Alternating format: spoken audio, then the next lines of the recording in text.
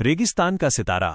रेत के टीलों के बीच, जहां सूरज की तपिश जमीन को सोना बना देती है, वहां खड़ी थी एक काली महिंद्रा स्कॉर्पियो।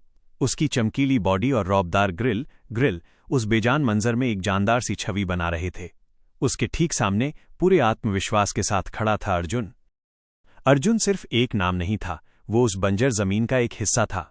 उसकी मजबूत काया, काली टी शर्ट के ऊपर हल्के सलेटी रंग की पूरी बाह वाली शर्ट और चमकीली नीली जीन्स शहर के फैशन से नहीं बल्कि उसकी अपनी अलग शख्सियत से मेल खाती थी। आंखों पर काले धूप के चश्मे, सनग्लासेस थे जो उसकी आंखों में पल रहे अनगिनत सपनों को छुपाए हुए थे। उसके होठों पर एक हल्की मगर दृढ़ मुस्कान थी, ऐसी मुस्कान जो बताती थी कि उसने अपनी मंजिल की राह खुद बनाई है। अर्जुन उस इलाके के कुछ गिने चुने नौजवानों में से था जिसने रेगिस्तान की मुश्किलों को अपनी ताकत बना लिया था। बाकी लोग या तो शहर की ओर पलायन कर गए थे या फिर पुरानी रूढ़ियों के बोझ तले दबकर जीने को मजबूर थे। लेकिन अर्जुन की रगों में उसके दादाजी का खून दौड़ता था, जिन्होंने कहा था, बेटा, मिट्टी वही सोना उगाती है जिसे तुम प्यार से सींचते हो। ये काली स्कॉर्पियो, जिसे उसने प्यार से काला हीरा बुलाया था, सिर्फ एक गाड़ी नहीं थी, ये उसकी मेहनत का प्रतीक थी। एक समय था जब वो गांव के सबसे गरीब बच्चों में गिना जाता था। उसके पास सिर्फ एक पुरानी साइकिल थी और आंखों में ढेर सारे ख्वाब। उसने अपने ख्वाबों को पूरा करने के लिए जीत तोड़ मेहनत की। उसने सरकारी स्कूल में पढ़ाई की, दिन में खेतों में काम किया और रात में मीलों दूर जाकर एक पेट्रोल पंप पर काम किया। हर एक रुपया उसने बचाकर रखा, हर एक मिनट को उसने अपनी मंजिल का हिस्सा बनाया। जब वो 22 साल का हुआ तब उसके पास इतने पैसे जमा हो गए थे कि वो एक सेकेंड हैंड स्कॉर्पियो खरीद सके। ये नई नहीं थी, पर उसके लिए ये किसी राजा के रथ से कम नहीं थी। उसने खुद अपने हाथों से उसे साफ किया, उसके इंजन को दुरुस्त किया और उसे इस रेगिस्तानी सफर के लिए तैयार किया। अर्जुन ने गाड़ी खरीदने के बाद अपना काम शुरू किया, रेगिस्तानी सफर टूर एंड ट्रैवल्स, रेगिस्तानी सफार टूर और ट्रैवल्स। ये कोई बड़ी कंपनी नहीं थी, सिर्फ वो और उसकी स्कॉर्पियो। वो टूरिस्टों को रेगिस्तान की खूबसूरती दिखाने ले जाता था, उन जगहों पर जहां आम गाड़ियां जाने की हिम्मत भी नहीं करती थीं। उसकी गाड़ी का दमदार इंजन और उसका खुद का रेगिस्तानी ज्ञान उसका सबसे बड़ा पूंजी था। वो टूरिस्टों को सिर्फ जगहें ही नहीं दिखाता था, बल्कि उन्हें रेगिस्तान की कहानियां सुनाता था, ऊंटों की, रेत के तूफानों की और उन जांबाज लोगों की जो इस जमीन पर पीढ़ी दर पीढ़ी से बसते आए हैं।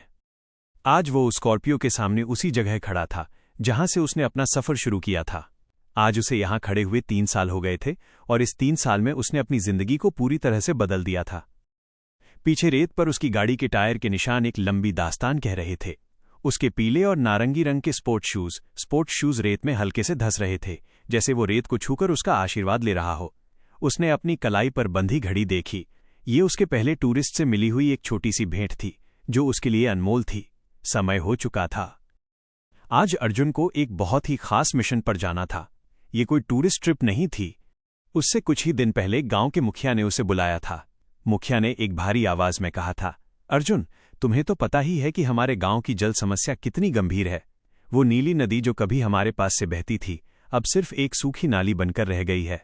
इंजीनियरों का कहना है कि 50 किलोमीटर दूर एक पुरानी सुरंग है, जिसे अगर साफ किया जाए तो शायद नदी का पानी वापस आ सकता है। लेकिन उस सुरंग तक जाना और उसे साफ करवाना बहुत मुश्किल है। क्या तुम अपने काले हीरे के साथ ये काम कर सकते हो? अर्जुन ने बिना एक पल की देर किए हाँ कर दी थी। उसके लिए ये सिर्फ एक काम नहीं था, ये उसके गांव का, उसके वजूद का सवाल था। उसकी कमाई तो टूरिस्टों से हो जाती थी, पर गांव की भलाई के लिए तो उसे हमेशा आगे रहना था। पिछले 2 दिनों से वो इस सफर की तैयारी कर रहा था। उसकी स्कॉर्पियो में सिर्फ टूरिस्टों का सामान नहीं था, उसमें था खुदाई का औजार, रस्सी, पीने का पानी और सबसे जरूरी उम्मीद। उसने अपनी गाड़ी के टायर में हवा भरवाई, इंजन ऑयल चेक किया और गाड़ी के हर एक हिस्से को इस मुश्किल सफर के लिए तैयार किया। उसने अपने चश्मे को थोड़ा ऊपर खिसकाया, अपनी आंखों से सामने फैले रेगिस्तान को देखा।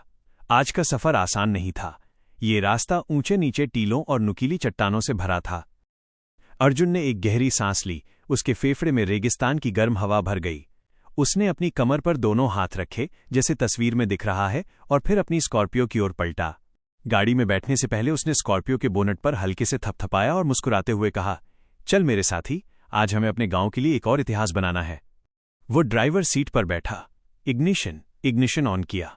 इंजन की दमदार आवाज ने रेगिस्तान की खामोशी को चीर दिया। यह आवाज अर्जुन के आत्मविश्वास की आवाज थी। उसने गियर डाला और धीरे धीरे रेत में आगे बढ़ा। काली स्कॉर्पियो रेत के टीलों को चीरती हुई एक छोटे से काले धब्बे की तरह अपनी मंजिल की ओर तेजी से बढ़ती चली गई। उसके पीछे उठती हुई रेत की धूल उस कहानी का पहला पन्ना लिख रही थी जो अभी लिखी जानी बाकी थी। गांव वाले अपनी खिड़कियों से उसे जाते हुए देख रहे थे और उनके होठों पर एक ही प्रार्थना थी, भगवान करे अर्जुन कामयाब हो और नीली नदी वापस बहने लगे।